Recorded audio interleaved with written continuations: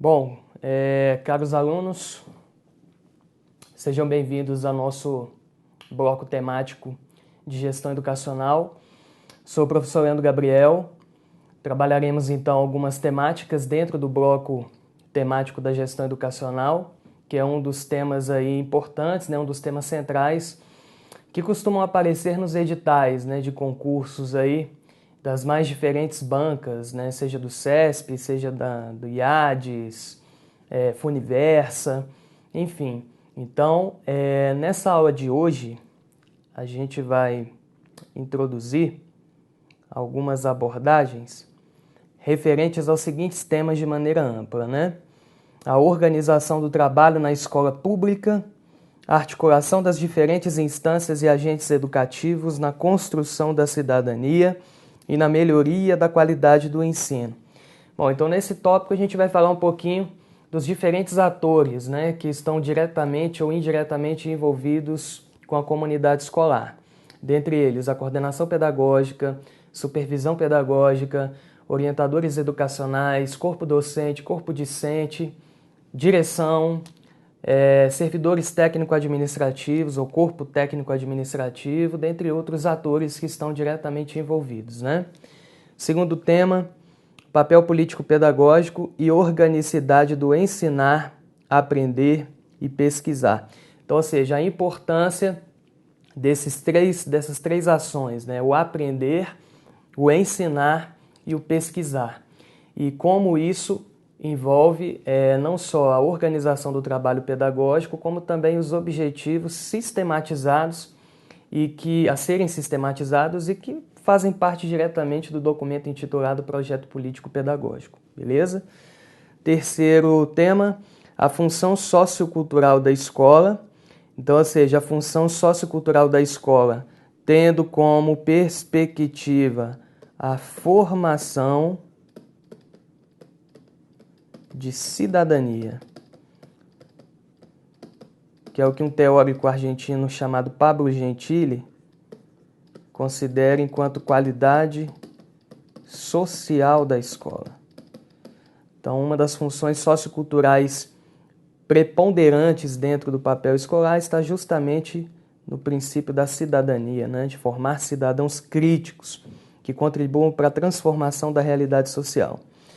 O tema seguinte, a escola, comunidade escolar e contextos institucional e sociocultural. O projeto político-pedagógico, é o PPP, da escola. Concepção, princípios e eixos norteadores do projeto político-pedagógico. Lembrando o seguinte, que nas questões de conhecimentos pedagógicos, corriqueiramente, e isso a gente pode basicamente pontuar na maioria das provas de técnico em assuntos educacionais, pedagogo, professor, enfim, nós sempre temos questões relacionadas a projeto político pedagógico, que na LDB se apresenta com o termo proposta pedagógica, o mesmo que o documento intitulado Projeto Político Pedagógico, que é um documento norteador das ações administrativas e pedagógicas a serem empreendidas pela escola, durante, por exemplo, um ano letivo. E o último tema, que a gente pode ver aqui na tela, a gestão educacional decorrente da concepção do projeto político-pedagógico. Então, dependendo da concepção que se é apresentada no documento Projeto Político-Pedagógico, o modelo de gestão ele estará diretamente correlacionado com a maneira ou a forma em que esse projeto político-pedagógico foi concebido. Então é o seguinte, nós temos basicamente dois paralelos aí, ou dois modelos básicos de gestão. Não que nós tenhamos apenas esses dois, mas são os dois mais comuns e cobrados em prova. A gente tem o modelo de gestão tradicional e o modelo de gestão democrática. Quando se fala de gestão tradicional, a concepção do projeto político-pedagógico e a maneira como ele foi concebido, como ele foi desenvolvido dentro da escola, não envolve a comunidade escolar na sua participação no que tange à elaboração, à construção desse documento norteador. Então, geralmente, numa concepção tradicional, o projeto político pedagógico fica a cabo da elaboração por parte das equipes de gestores, pela gestão da escola. E de uma maneira mais ampla, de uma maneira geral, a comunidade escolar ela fica ausente desse processo de elaboração, ou seja, de construção do documento projeto político pedagógico. Já numa concepção democrática, exige-se necessariamente a participação direta, a participação ativa da comunidade escolar na sua elaboração, tá certo? Bom, então vindo aqui para a tela, eu gostaria de começar falando sobre a necessidade de nós fazermos alguns resgates históricos, para que a gente possa compreender melhor esses dois modelos básicos de gestão que nós temos hoje nos ambientes escolares, tanto a gestão tradicional, no modelo tradicional, como também a gestão no modelo democrático. É extremamente relevante e necessário que a gente reveja alguns antecedentes históricos para que a gente possa não só compreender esse caminhar, né, esse processo ao longo de séculos evolutivo da gestão, dos processos administrativos em geral, mas para que nós possamos compreender também de uma maneira mais significativa como esses processos interferem ativamente ou diretamente nos espaços educativos escolares atualmente, tá certo? Então, aqui na tela, a primeira imagem aqui, ela traz as chamadas corporações de ofício. Então, aqui nós temos uma imagem que ilustra, em parte, uma corporação de ofício. Onde, nessas corporações de ofício, nós tínhamos o quê? Uma produção manual, também chamada de produção artesanal, e com a presença, pessoal, de um mestre de ofício. O mestre de ofício geralmente era a figura mais velha da família. Então, as famílias antigamente, e aqui a gente fala de um período anterior ao chamado período do capitalismo industrial, né? Da Revolução Industrial Inglesa, que se originou a partir do século XVIII. Então, as corporações de ofício, elas tinham como objetivo uns ensinarem os outros técnicas de produção de um determinado produto, né? Então, esse processo produtivo geralmente era ligado às famílias. As famílias eram ligadas ou vinculadas a um determinado tipo de produto e o processo ele era artesanal, manual e tinha como uma lógica, aqui na tela, uma lógica de subsistência. Então, tudo era produzido manualmente pelo próprio ser humano. Então, nós temos duas características essenciais: uma produção manual ou artesanal e uma produção que tinha como intuito a subsistência da própria família, tá certo? E na figura ao lado, nós já temos o quê? Aqui abaixo a gente pode perceber grandes embarcações. Então nós temos a intensificação do comércio retratada aqui nessa imagem. E ao mesmo tempo nós temos aqui também na parte de cima o quê? As fábricas, né? Então, o surgimento, o desenvolvimento das fábricas, demonstrando justamente um período de intensa revolução industrial. Então, quando a gente fala de passagem de baixa para média escala, a gente tem que ir lá no capitalismo comercial.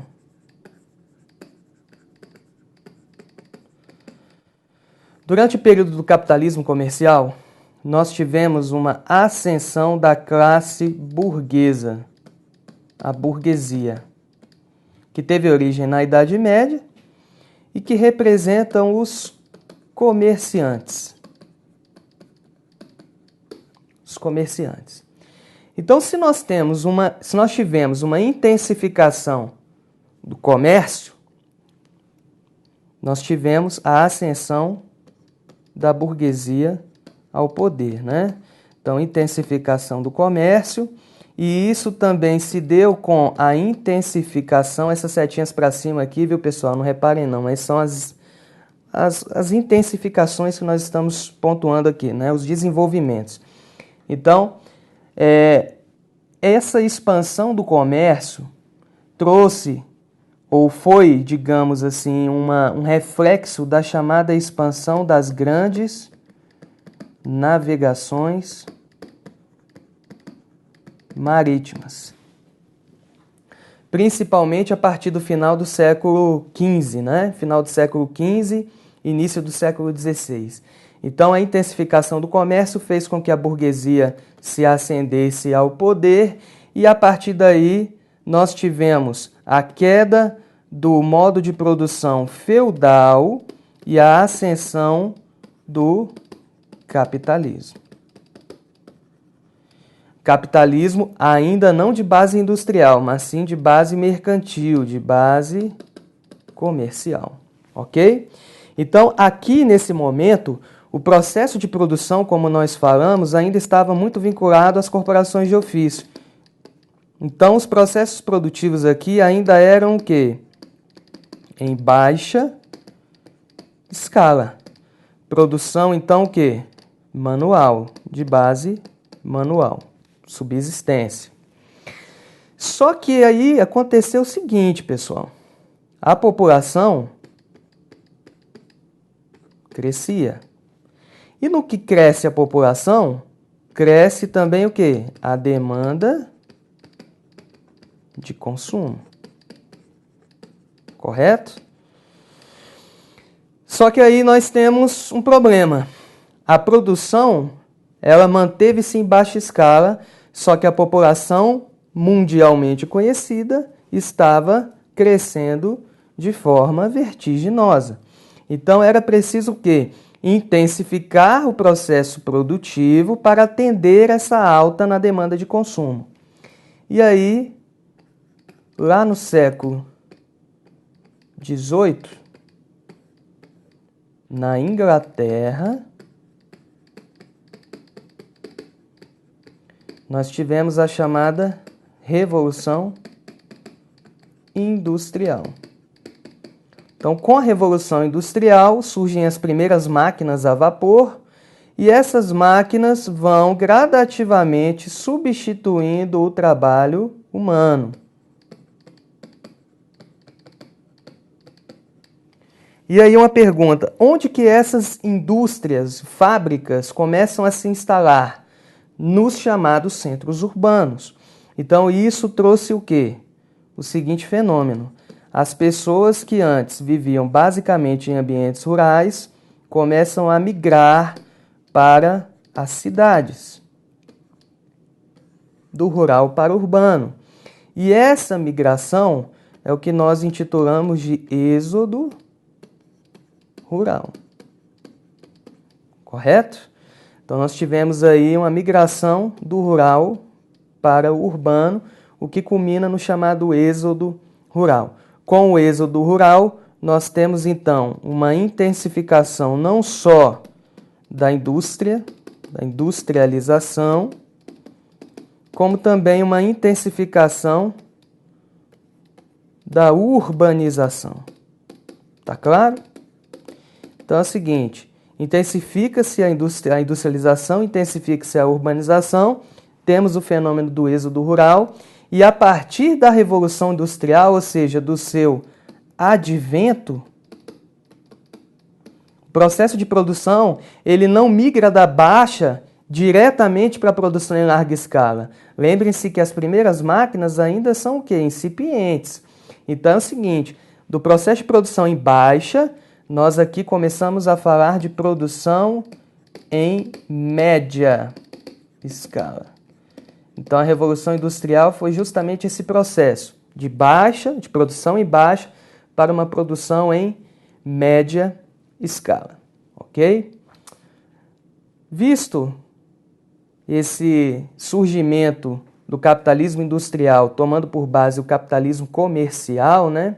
Os antecedentes do capitalismo e essa, digamos assim, essa transição, essa fase transitória da Idade Média para a Idade Moderna, ou seja, do declínio do regime feudal para a ascensão do capitalismo de base comercial, são importantes para que a gente possa não só compreender como surgiu ou como se deu a Revolução Industrial Inglesa, mas que a partir da Revolução Industrial Inglesa a gente já entra num processo intitulado aqui na tela a produção de média para larga escala. Então, quando se deu a produção em larga escala?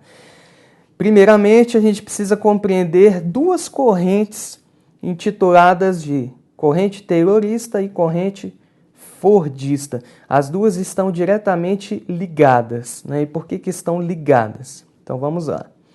O taylorismo, ele também, aqui antes da gente falar do taylorismo e fordismo, vamos só trazer aqui alguns aspectos das imagens que estão sendo colocadas aqui nos slides, né? A primeira imagem, a gente pode perceber o quê?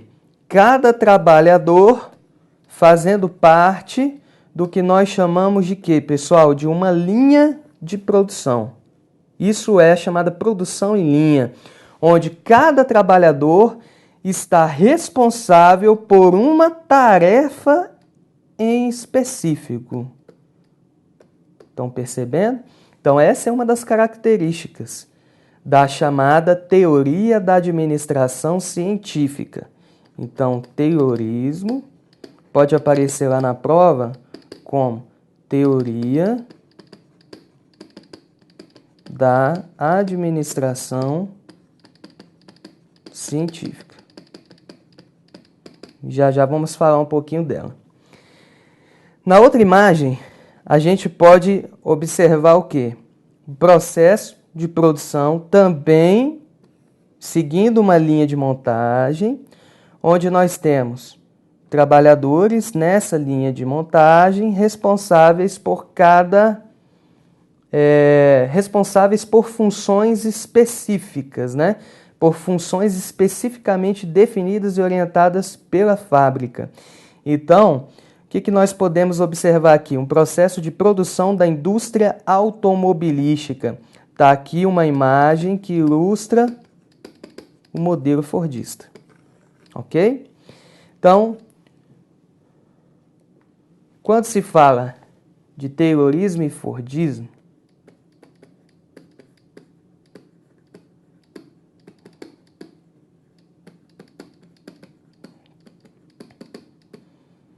isso daqui, pessoal, nos remete ao início do século XX. Início do século XX. E daqui a pouco a gente vai entender o porquê da importância de compreendermos taylorismo e fordismo, tá certo? E qual a relação disso dentro da gestão educacional escolar. Então, olha só. Taylorismo e fordismo, início do século XX. O taylorismo, ele teve como seu precursor um engenheiro norte-americano chamado Frederick Taylor. O fordismo teve como precursor o pai da indústria automobilística Ford, chamado Henry Ford. Então, Taylor e Ford eram amigos próximos, onde Taylor, ele criou uma obra intitulada de Princípios e Fundamentos da Administração Científica. Podemos dizer, então, que Taylor foi o pioneiro na associação dos estudos do campo da administração com a ciência. Então, ou seja, Taylor começa a estudar os princípios administrativos tomando por base preceitos de base científica, integrando então a ciência, a administração, tornando a administração uma ciência, portanto, administrativa. Então, esses princípios e fundamentos da administração científica, eles contribuíram diretamente para que Ford propusesse, tomando por base os princípios e fundamentos teóricos de Taylor, a intensificar a produção de automóveis, seguindo, portanto, as orientações de Taylor. E nessa intensificação da produção de automóveis, nós tivemos o primeiro exemplo, o primeiro modelo de produção em larga escala mundialmente conhecido. Ok? Então, intensifica-se a produção de automóveis, produção em larga escala, né, o primeiro modelo de produção em larga escala. E agora a gente vai falar um pouquinho de algumas características presentes dentro dessas duas correntes, né? A primeira delas, como nós já dissemos, produção em linha.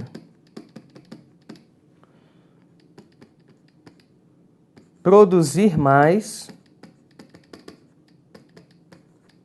em menos tempo.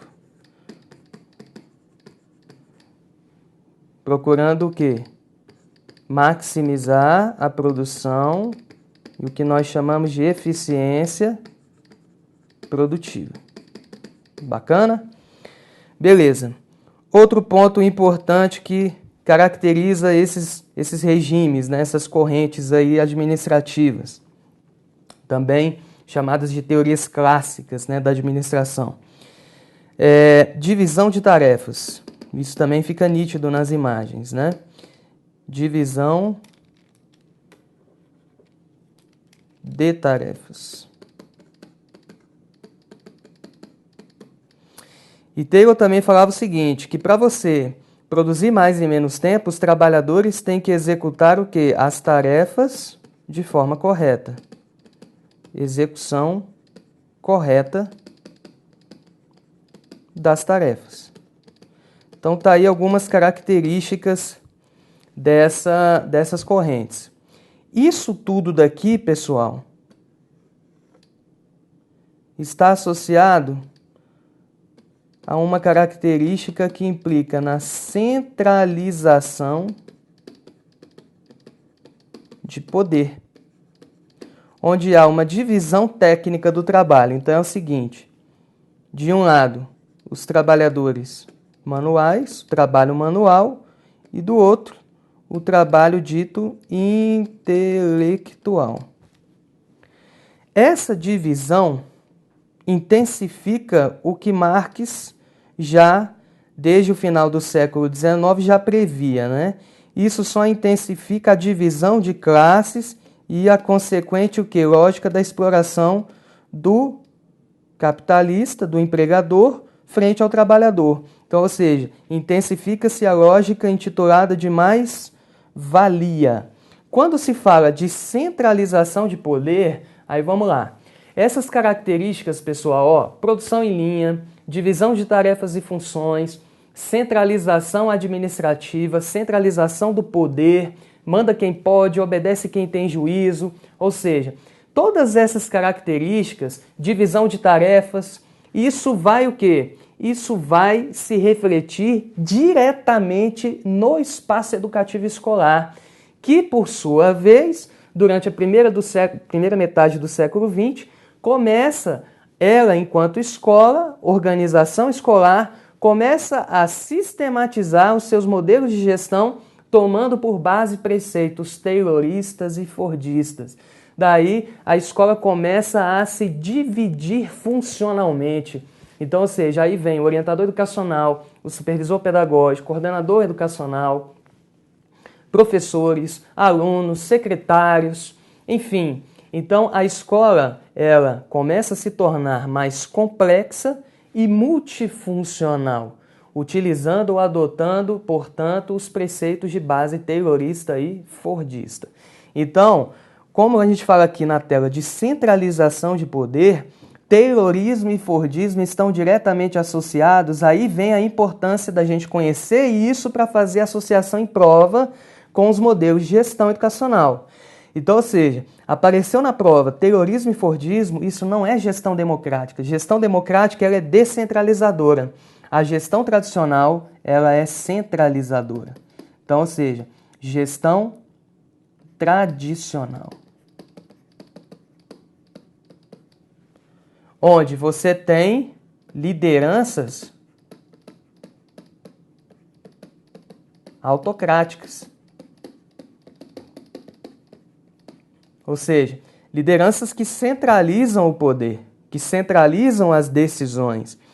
Então, toda vez que aparecer na prova, teoria da administração científica, fordismo, e fazerem alguma associação com gestão tradicional, correto, em virtude das características elencadas que perpetuam principalmente uma lógica de centralização do poder e não de descentralizar e delegar poderes, como é na ótica da gestão democrática. Ok, pessoal? Então, beleza. Vamos à tela. E aí, quando a gente fala de gestão, a gestão ela faz parte da administração. Então, gerir a gestão é uma das etapas ou uma das ações investigadas pela ciência administrativa, né? Pela administração organizacional. Então, quando a gente fala de administração, a gente traz o seguinte conceito: uso racional de recursos para a realização de fins determinados. Então, ou seja, para a realização de metas, de objetivos, e o uso racional de recursos que podem ser tanto materiais quanto humanos. Então, tanto recursos materiais como também recursos humanos. A gente pode também inserir aqui os recursos financeiros como exemplos, né? Você gerir bem os seus recursos financeiros, evitar custos maiores, né? Reduzir custos para que você venha obter lucros maiores. E essa lógica, essa lógica lucrativa, podemos dizer assim, ela faz parte do que nós chamamos de capitalismo.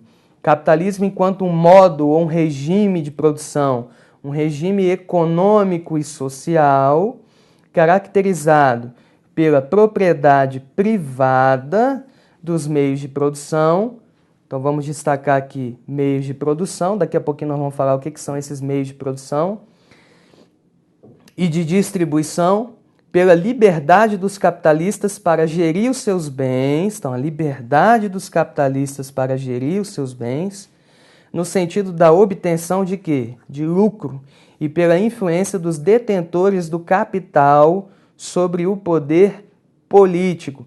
Então, quando a gente foi lá no capitalismo comercial e fazendo essa correspondência com o conceito de capitalismo, a gente traz aqui o liberalismo enquanto um modelo econômico incorporado ao modo de produção capitalista.